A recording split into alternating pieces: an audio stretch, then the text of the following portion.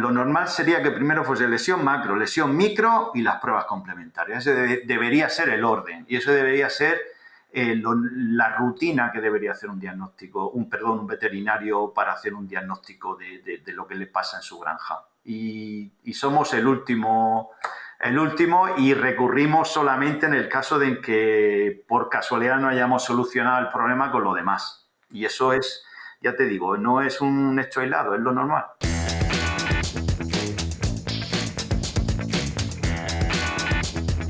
Hola, soy Guillermo Ramis y hoy voy a ser vuestro anfitrión en este nuevo episodio de Porcicast, en el que tenemos la inmensa fortuna de contar con el profesor Francisco José Pallarés. Yo siempre digo que en estos podcasts tengo la suerte de entrevistar a mis amigos, pero es que en este caso es muchísimo más verdad, porque Paco y yo somos íntimos amigos desde hace más de 30 años. Estudiamos juntos la carrera y hemos seguido trabajando juntos. Así que tenemos una relación pues muy, muy estrecha y muy especial. Muchísimas gracias, Paco, por dedicarle un tiempo a nuestra audiencia y por querer compartir un rato con nosotros. Gracias a vosotros por invitarme. Encantado de estar aquí. Lo primero que querría es que te presentes, por favor, que te presentes para nuestra audiencia, que nos cuentes tu formación, tu experiencia profesional y a qué te dedicas actualmente en este momento. Pues bueno, pues yo soy licenciado en veterinaria por la Universidad de Murcia. Terminé los estudios allá por el año 1993. Soy doctor por la Universidad de Murcia también. Terminé el doctorado en 1999. Y tras pasar unos años en la empresa privada, trabajando de veterinario clínico, pues en el año 2000 entré en la Universidad de Murcia, en el departamento de anatomía patológica comparadas, y en la Universidad de Murcia he estado de profesor durante 20 años. En el año 2019, pues alcancé el grado de catedrático de universidad. Y en el año 2020 pues me trasladé a la Universidad de Córdoba, que es donde ahora estoy. Llevo 3 años y pico aquí. Me he sacado ya aquí mi plaza de catedrático de universidad en la Universidad de Córdoba, en el mismo departamento que estaba en la Universidad de Murcia.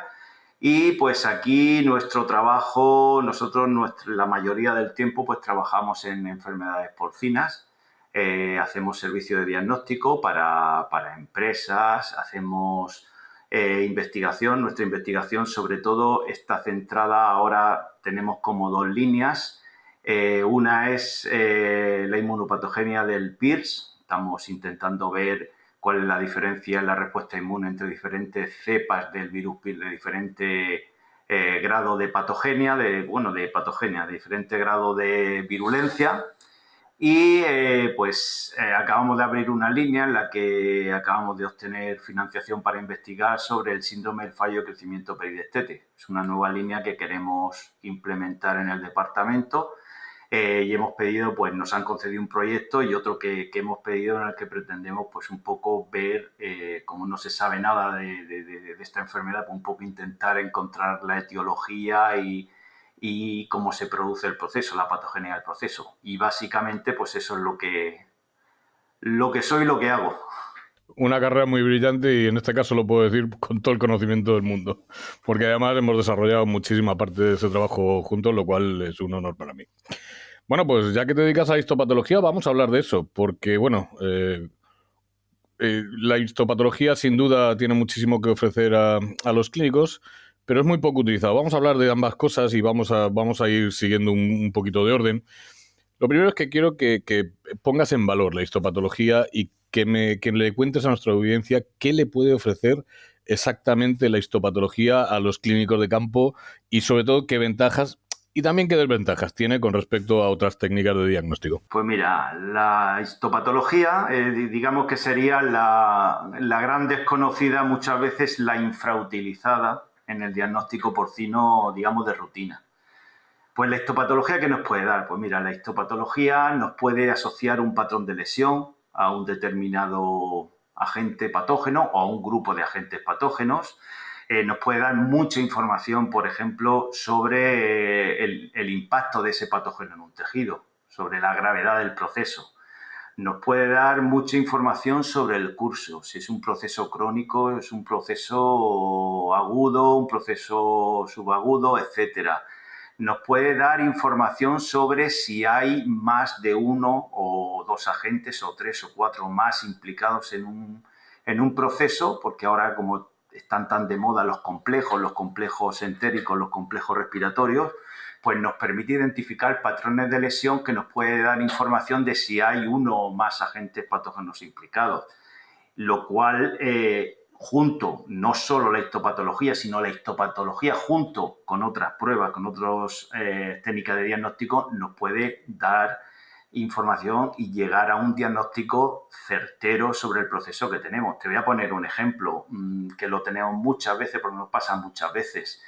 Los procesos digestivos, puede ser igual también los procesos respiratorios, pero por ejemplo, los procesos digestivos, el complejo entérico, cuando se hace diagnóstico, sobre todo diagnóstico con bacteriología, con biología molecular, pues no es extraño que encuentres 4, 5, 6, 7 patógenos. ¿Por qué? Porque vamos a tener un montón de patógenos ahí en el aparato digestivo. Pero ¿cuál es el que no está creando la lesión? Porque muchas veces macroscópicamente puedes identificar y puedes dirigir el diagnóstico, pero la histopatología nos va a decir cuál es el patrón de lesión que aparece en ese tejido y eso nos permite asociarlo con esa serie de patógenos que no han encontrado con otras técnicas y eso pues hace que lleguemos a un diagnóstico más certero y más rápido que si solamente tenemos un diagnóstico etiológico sin saber si está causando esa lesión e intentamos pues controlar diversos patógenos sin saber cuál es realmente el patógeno que tenemos. Por ejemplo, la histopatología también, la enfermedad que te comentaba antes, el síndrome de fallo de crecimiento peridestete, eso es una enfermedad que no sabemos la etiología. La única manera de poder diagnosticarlo es mediante las lesiones. Hay una serie, unos patrones de lesión muy característicos y de momento solamente podemos identificar esa enfermedad por las lesiones histopatológicas, no hay otra manera. Ojalá y encontremos una etiología y sepamos la patogenia y sepamos lo que pasa, pero de momento solamente. Por ejemplo, la histopatología ha proporcionado mucha información a muchas enfermedades. Y te voy a poner un ejemplo, la circovirosis.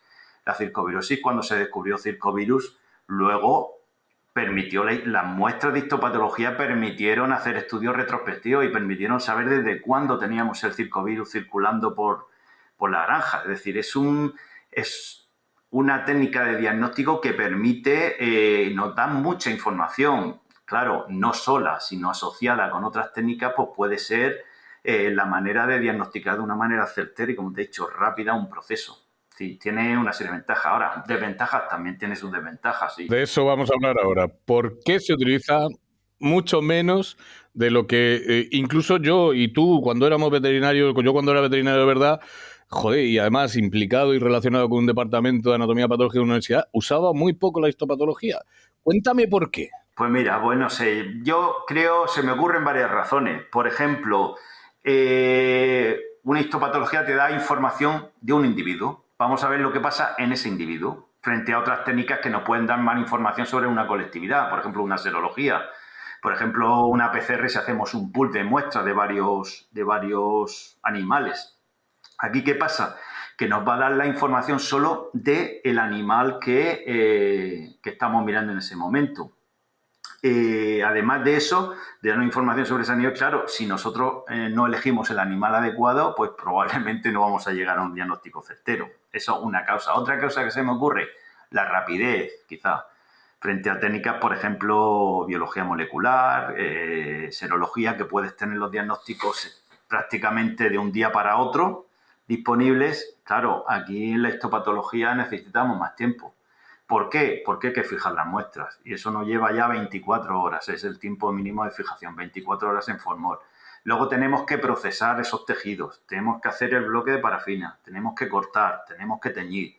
Esto hace que se nos vaya, por ejemplo, que te voy a decir, corriendo mucho 2-3 días y que podamos dar los resultados de eso en 2-3 días. Pero yo no sé, pero cualquiera de vosotros que haya tenido la mala suerte de que le tengan que hacer una biopsia en humana, ¿cuánto tardan las biopsias en un hospital? Si tardan 3-4 semanas y eso es rápido, ¿eh? Y eso es rápido y claro, mucha gente, pues claro, quiere tener el diagnóstico ya y dice, no, es que la histopatología tardáis mucho y luego quizá la información que me dais no es la más adecuada del mundo. Hombre, no, esa información tiene que complementarse. Y requiere un conocimiento técnico por parte del lector de ese informe que a veces pues o nos hemos olvidado o no tenemos. Sí. Otra, por ejemplo, que te voy a decir, la falta de diagnóstico, de laboratorios de diagnóstico histopatológico. ¿Por qué? Porque los laboratorios de diagnóstico que hay comerciales hoy día aquí en España, por ejemplo, pues casi ninguno tiene histopatología. Se nutren de otra serie de técnicas, biología molecular, serología, bacteriología, es decir, una serie de técnicas, pero la histopatología no. ¿Por qué? Porque requiere, además de una serie de infraestructura y aparataje y demás, pues requiere personal especializado en la interpretación de esas lesiones. Entonces, pues prácticamente ahora que se ha visto patología en el diagnóstico porcino en las universidades, prácticamente. Porque también hay laboratorios de diagnóstico histopatológico privados, pero normalmente se suelen utilizar o los veterinarios lo utilizan sobre todo los de pequeños animales para el diagnóstico de procesos en pequeños animales. Entonces, claro, al no haber tantos laboratorios que te pueden hacer ese diagnóstico, pues eso también hace que la gente pues no suela enviar muestras. También te digo una cosa, que como prácticamente hemos comentado que las universidades son donde están y muchas veces el problema que tenemos en las universidades es que cada uno trabajamos en lo nuestro y no nos complementamos con los demás. Entonces, claro, nosotros damos el diagnóstico histopatológico, pero la bacteriología la hacen otros, la biología molecular la hacen otros.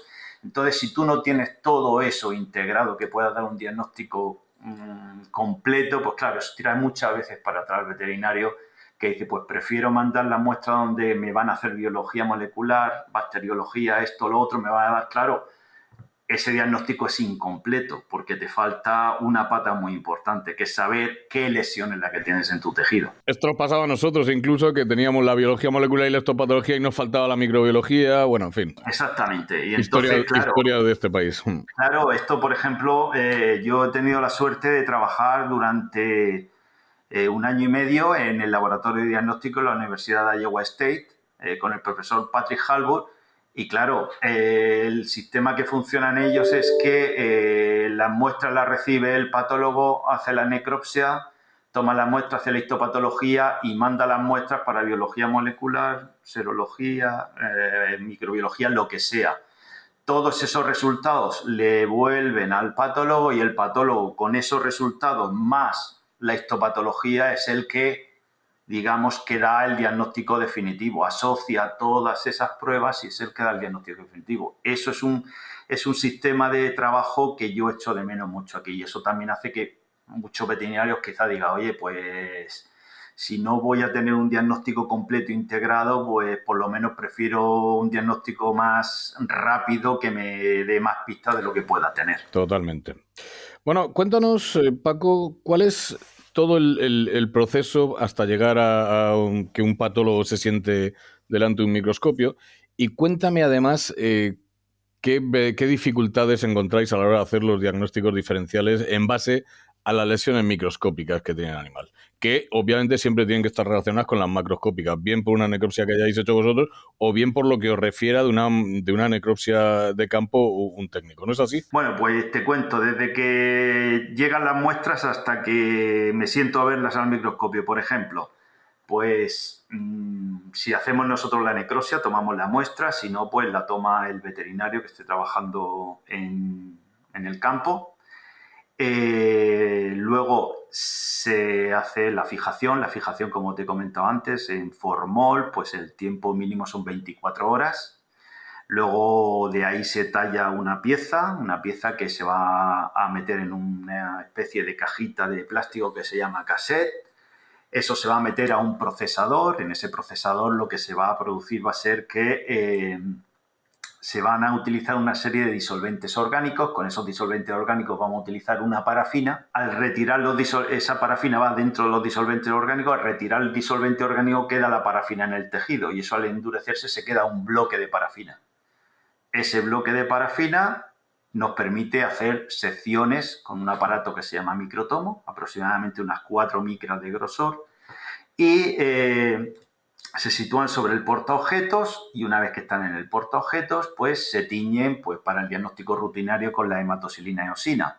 Se montan y, claro, una vez que está montado tenemos que dejar que se seque, se le echa se pone un cubreobjetos con una especie de resina para que quede la muestra ahí, no quede aire y se quede la muestra conservada.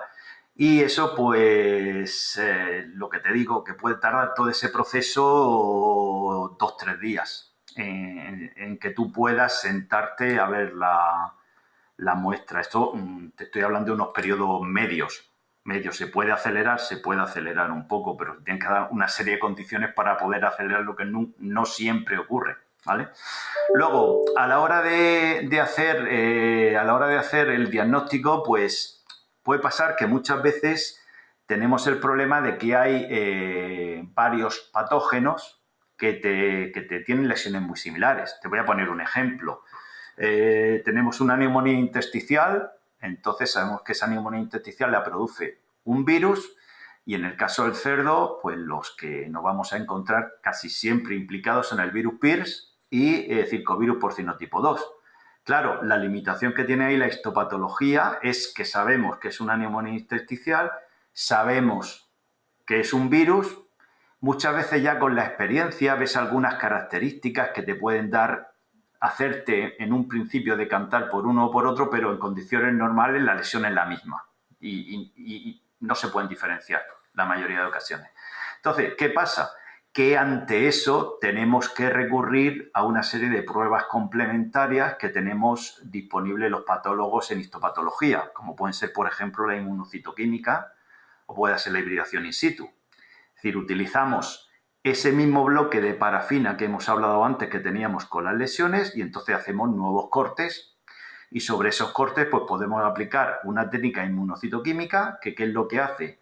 Pues tenemos desarrollados una serie de anticuerpos que están hechos frente a proteínas del agente que sea, o podemos utilizar la hibridación in situ, que son sondas en las que vamos a buscar el genoma, vamos a buscar la secuencia complementaria de ese genoma que tenemos diseñado frente a un determinado patógeno. Esto se asocia a moléculas de color y entonces nos va a dar, nos va a decir si ese patógeno frente al que tenemos desarrollado o ese anticuerpo o esas sondas está ahí implicado en las lesiones. Entonces, esto nos puede aclarar o nos puede aportar la información que nos falta sobre quién es el autor de ese proceso. Claro, porque esto te ayuda a asociar, a determinar que el patógeno está en la zona de la lesión. Yo siempre recuerdo que tú has dicho que la histología tenía una gran ventaja y una gran desventaja. La gran ventaja es la sensibilidad, que es que para que haya un síntoma tiene que haber una alteración de un tejido. Con lo cual es muy rápido. Inmediatamente cuando empieza la enfermedad ya hay alteraciones en los tejidos. Se producen cambios tisulares muy pronto. Pero El problema es la especificidad, que a veces esos cambios son comunes a distintos patógenos. Exactamente, que hay muchas veces cierto grupo de, por ejemplo, los virus en determinados órganos, de determinados tejidos se comportan de la misma manera, entonces necesitas pues hacer un diagnóstico diferencial. Por ejemplo, vamos a hablar de otro proceso digestivo. En lechones, el rotavirus, coronavirus, dan unas lesiones muy similares. Entonces, por histopatología a veces tienes pistas, como te he dicho, ya con la experiencia vas cogiendo detalles que te pueden decantar por uno o por el otro. Pero claro, la mayoría de veces es imposible diferenciarlos así. Entonces recurrimos pues, a esa serie de técnicas complementarias porque, claro, luego tenemos que no es lo mismo el control de la circovirosis que el control del virus PIR. No es lo mismo una enfermedad frente a que las vacunas no terminan de ir también, una enfermedad frente a que las vacunas funcionan muy bien y si no vacunas, sabes que vacunando puedes controlar ese proceso. Luego en el virus PIR, como tú ya sabes, tenemos una serie de problemas adicionales, además de todos los temas de la bioseguridad, todos los temas de los diferentes tipos de cepas de diferente virulencia, toda la zona, todo el tema de la prevalencia en determinadas zonas de determinadas cepas, es decir, que que ahí ya se complica la cosa, pero sí te da información sobre lo que tienes entre manos. Para tu gusto, ¿compartes mi opinión que se abusa, por ejemplo, mucho de la PCR para identificar patógenos que automáticamente el clínico asume que son los que estás causando el problema? Un ejemplo muy de hace muy poquito tiempo. Una granja con una diarrea neonatal brutal y la clínica me decía, es coli. ¿Por qué? Pues porque me han hecho un cultivo y está coli. Digo, venga, hombre, va. ¿Te acuerdas? Y os llevamos lechones a vosotros y lo que era un virus, que lo único que hacía era abrir la puerta a coli y estaba ahí y la criatura pues aprovechando la situación. Cuéntame cómo se debería integrar la histopatología en la rutina y en la toma de decisiones clínicas en una empresa de porcino, Paco. Pues lo que has dicho de abusar de la PCR me recuerda una frase que decía José Manuel Sánchez Vizcaíno, la pecerritis. Empezó a utilizarse, decía lo de la pecerritis. Pues mira, yo creo que los veterinarios deberían de intentar utilizar la histopatología de manera rutinaria. Es decir, de manera rutinaria tomar muestras para histopatología y tener un dato más que nos va a ayudar al diagnóstico. Tener un diagnóstico integrado desde todos los puntos. Además, las histopatologías son muestras que son muy fáciles de coger, es decir, requiere tener formol, tomas las muestras, no requiere ninguna conservación especial, sino que tú echas tus muestras en tu frasco y las envías, no hay que enfriar, nada, solamente meterlas. Y además de una muestra muy fácil de tomar y que cuando estás haciendo la necropsia la haces al mismo tiempo que tomas las muestras para otras cosas. Entonces, utilizando la histopatología junto con otras pruebas, es decir, junto a la biología molecular, junto a la microbiología, etcétera, junto a lo que sea, vas a tener una información integrada que te va a dar la posibilidad de llegar a un diagnóstico certero antes que si tú solamente utilizas diagnósticos que te dan, por ejemplo, ya que hemos hablado de la PCR con la PCR, pero tú no puedes asociar a un determinado patrón lesional que hay en ese tejido. Entonces, aunque parezca mentira decir que la histopatología me va a retrasar el diagnóstico, no, al final lo que te va a hacer es que llegues a un diagnóstico certero antes, porque se nos han dado muchas veces casos de, por ejemplo, de procesos digestivos, como el que has hablado tú, que después de probar y probar el tratamiento porque sale coli, porque sale esto, porque sale Clostridium, porque sale lo de allá, porque sale lo de acual, entonces a las 2-3 semanas dice, oye, que no tal, te manda la muestra y tú le dices, mira, pues el patrón de lesión es de determinado patógeno. Fíjate tú si eso lo hubiésemos hecho en su momento, la cantidad de tiempo que no hubiésemos perdido en calentarnos la cabeza a ver cuál es el diagnóstico, el tratamiento y tal, y tendríamos el problema prácticamente ya, si no solucionado, en vía de control.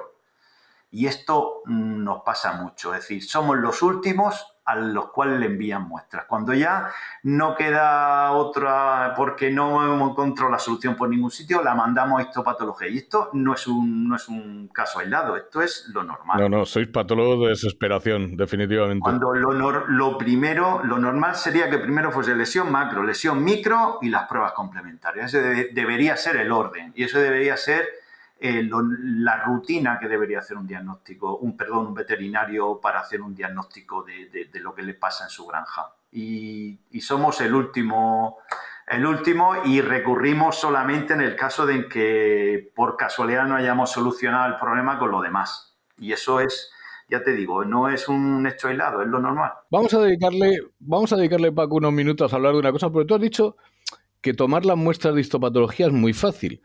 Y estoy de acuerdo contigo, pero luego cuántas cosas no habremos visto. Es decir, ese animal que se murió hace un par de días y te toman muestras, o ese animal que es el crónico raquítico, que es el que quiere matar el ganadero, y que... Dime, por favor, cómo deberíamos de proceder para elegir el animal adecuado, la muestra adecuada y conservarla adecuadamente para que cuando te llegue a ti no tengas que hacer lo que decía nuestro maestro Serafín Gómez, levantarte temprano y tirarlas, porque no sirven para nada. Efectivamente. Pues mira, lo primero esencial es elegir los animales. El animal que nunca hay que coger, o esto muchas veces me río cuando lo dice mi compañero Quinsega, y totalmente de acuerdo, es el que diga el ganadero. Y el animal que diga el ganadero, nunca lo cojas. Ese nunca. Pues hay que coger animales que puedan tener la sintomatología del proceso, que sean animales que no sean muy crónicos, es decir, que tienen un periodo activo de la enfermedad, pero que no sean animales muy crónicos. Y coger varios animales, es decir, no coger uno, coger 2, 3 animales como mínimo para poder ver, digamos, un patrón común en todos ellos, ¿vale? Pues una vez que realizamos la necropsia, pues lo que debemos hacer es una buena interpretación de las lesiones macroscópicas. Y esa buena interpretación luego a nosotros nos ayuda mucho. Es realizando un buen informe. Hay muy poca gente que cuando te envía muestras te describe lo que ha visto en la necropsia. Muestras de pulmón, muestras de tal, los animales tosen y ya está. Y ahí te lo dejan. Es decir, yo creo que no cuesta trabajo. Nosotros a los estudiantes, y a mí me lo enseñaron, nosotros lo enseñamos cuando damos las prácticas de necropsia, siempre que terminan tienen que redactar su informe de necropsia.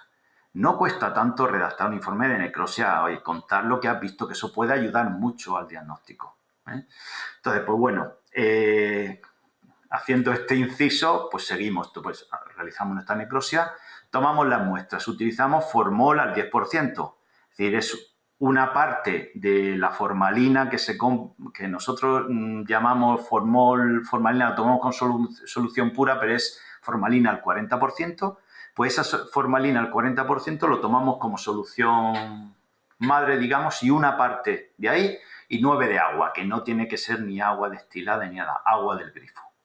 ¿Vale? Eso es la solución fijadora. Tenemos que coger muestras de un grosor máximo de 1 centímetro. Y el factor limitante para una buena fijación es el grosor de la muestra.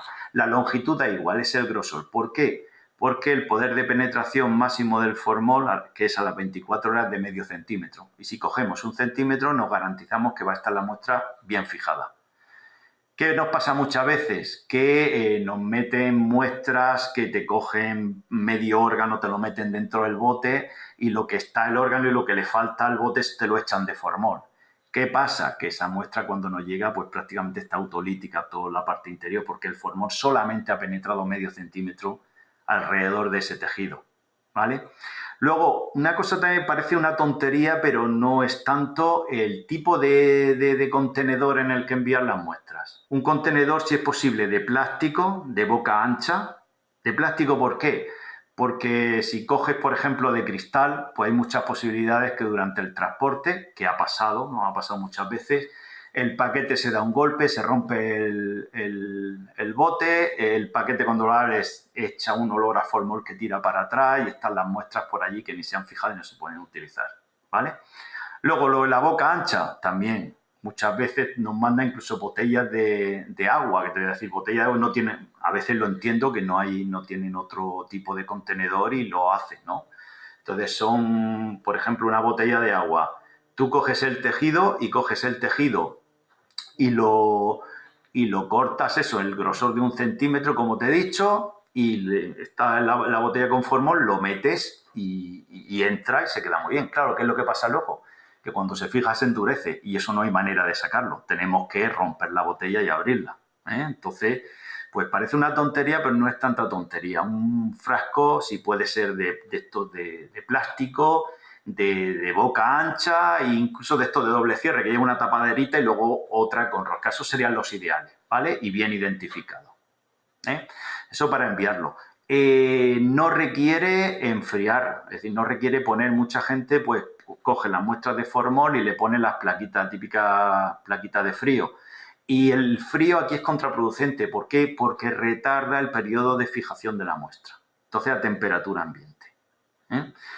Y eso pues ya está bien identificado y como te he dicho, con una buena historia clínica y mandarlo al laboratorio. Eso sería el proceso normal para mandar las muestras. ¿Y cuántas muestras te han congelado el viernes para mandártelas el lunes fijadas en formol? Efectivamente.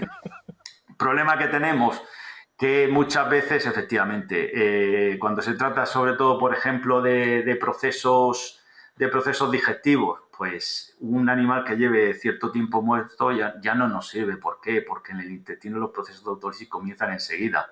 Entonces es muy difícil que nosotros podamos ver las alteraciones que realmente han tenido lugar ahí porque está prácticamente autolítico.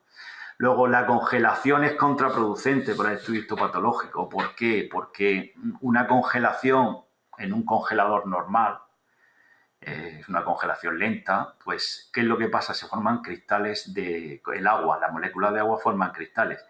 El agua, cuando se congela, se dilata un poquito. Entonces, esos cristales de agua, cuando se dilatan un poquito, lo que hace es romper el tejido. Entonces, vamos a ver que ese tejido, cuando lo miremos al microscopio, pues prácticamente está totalmente destruido. Entonces, claro, yo entiendo que no puede, todo el mundo no lleva formol o le pilla que en ese momento no lo lleva, pues en ese caso es preferible refrigerar la muestra y cuando tengamos formol enviarlo. Claro, si es una muestra de intestino, pues la probabilidad de que esa muestra se llegue autolítica pues es muy alta. Pero en el caso de que no quede más remedio, pues refrigerar y no congelar, refrigerarla hasta que puedan disponer de formol para enviarlas. O incluso hay algunos veterinarios que lo que hacen es que hacen la necropsia, refrigeran la muestra y nos las mandan refrigeradas. Y entonces las recibimos nosotros y inmediatamente las metemos en formol. Pero no congelar porque eso va a hacer que, como hemos explicado, se va a romper el tejido y va a ser muy difícil luego interpretar la lesión que aparece ahí. Bueno, ya por poner un ejemplo, Paco, hazme una descripción de qué lesiones en qué tejidos encontrarías en un caso de Pierce y en un caso de circovirus, por ejemplo. Por ejemplo, en un caso de Pierce, sobre todo, vamos a hacer también una distinción entre las cepas, digamos, clásicas y las cepas altamente virulentas. Por ejemplo, en las cepas clásicas, la neumonía intersticial es la lesión más característica. Una neumonía intersticial. Luego en los órganos linfoides pues puede haber una hiperplasia reactiva y luego se dan también otras lesiones en menor medida, pero podemos ver miocarditis, podemos ver algún tipo de nefritis también, podemos ver en algunos casos encefalitis. Luego en las cepas altamente virulentas, pues en estas cepas que, como tú ya sabes, estamos viendo cada vez más, antes aparecieron en Europa del Este, y ya las tenemos prácticamente en todos los países del continente, pues son unas neumonías intersticiales, pero son de una intensidad, son unas neumonías intersticiales bastante graves. Muchísimo más graves que normalmente con las cepas clásicas. Luego, además de esas neumonías intersticiales, luego vemos que aparece mucha acción de patógenos secundarios, de bacterias junto a esas lesiones. Aparecen unas contaminaciones bacterianas porque el virus le abre la puerta en pulmón bastante importantes. Luego, una lesión que es muy característica de esta cepa altamente virulenta es la atrofia del timo. Una atrofia del timo. Las vasculitis, los aumentos de permeabilidad vascular, que hace que una de las lesiones que se ven o que llaman más la atención en este tipo de cepas son las hemorragias multiorgánicas. De hecho, cuando empezaron a aparecer estas primeras cepas por allá por Asia, muchos las confundieron con peste porcina por el tipo de lesión. Eso en cuanto a Pierce. En circovirus, pues en pulmón nos da una lesión muy similar, como hemos dicho, que es la neumonía intersticial, que hemos dicho que a veces, pues, a veces no, casi siempre necesitamos de un diagnóstico complementario para poder realizarlo. Mira, en este caso de las neumonías intersticiales, te digo que la PCR nos puede servir. Es decir, si tenemos una neumonía intersticial y tenemos virus Pierce en el pulmón, ya sabemos que el virus, si está el virus, nos puede causar la lesión perfectamente. Luego, en cuanto a la autoría de circovirus porcino hay en todas las granjas. Entonces, pues, como ya hay varios estudios que lo demuestran, hay una correlación entre la carga viral por PCR cuantitativa y la presencia de lesiones. Por ejemplo, una carga mayor o igual a 10 a la 9 nos va a indicar que la etiología de circovirus probablemente esté implicado en esa neumonía. Y luego las lesiones, por ejemplo, características de los órganos linfoides con la circovirosis, que son las inflamaciones granulomatosas. En la depleción linfoide, es decir, se pierden linfocitos. Esos linfocitos son como reemplazados por macrófagos Entonces, toda inflamación que lleve macrófagos es de tipo granulomatoso. Y entonces eso es lo que se produce en los órganos linfoides. Depleción y su sustitución por macrófagos. Inflamación granulomatosa. Linfadenitis, esplenitis, etcétera.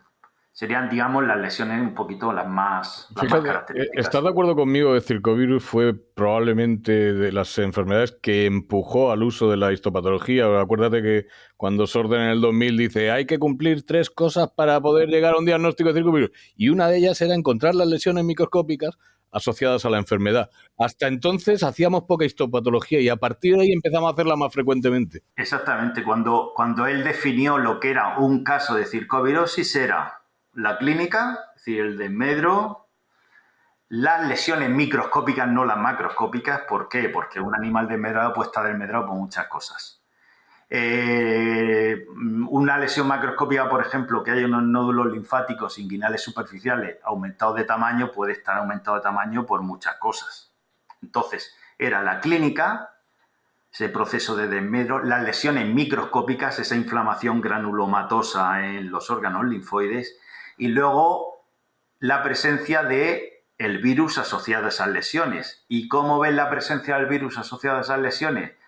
Pues las técnicas que hemos comentado anteriormente, mediante inmunocitoquímica o mediante hibridación in situ, porque son las que nos pueden dar la información de ver a la misma vez la lesión y ver el virus encima. Es decir, quizás fue de las primeras enfermedades donde sí se hizo necesaria la histopatología. O ahora, por ejemplo, lo que te he comentado de esta enfermedad que hemos empezado a trabajar, en la que tú estás trabajando con nosotros, que es el síndrome del fallo de crecimiento periestete. Ahora mismo no se sabe la etiología. La única manera de diagnosticarlo es las lesiones. ¿Qué lesiones?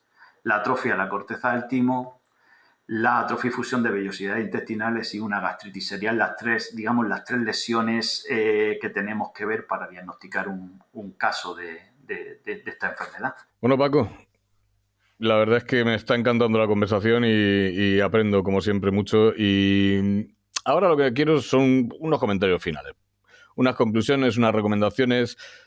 Me imagino cuáles van a ser tus recomendaciones con respecto a la histopatología, pero haz recomendaciones para veterinarios, para los ganaderos, para los gerentes de una empresa. ¿Qué recomendaciones con respecto a la histopatología tienes que hacer? La recomendación con respecto a la histopatología es que la tienen que integrar en el diagnóstico de rutina.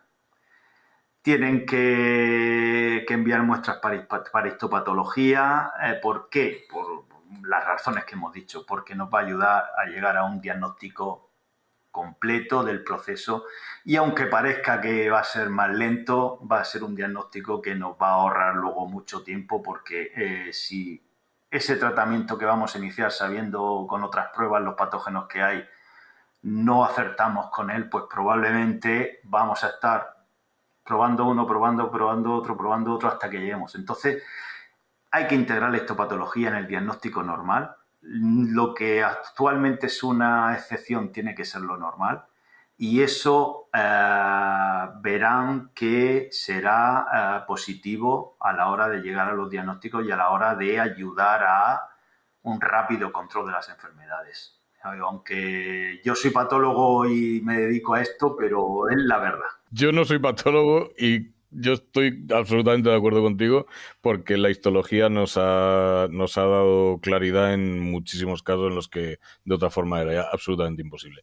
Ahora sí, para terminar, Paco, quiero que nomines a alguien de cualquier ámbito, da igual, o más de una persona que te gustaría oír en un podcast como el que acabas de hacer tú. Pues mira, te voy a nominar a un compañero mío de aquí de Córdoba, a Jaime Gómez Laguna.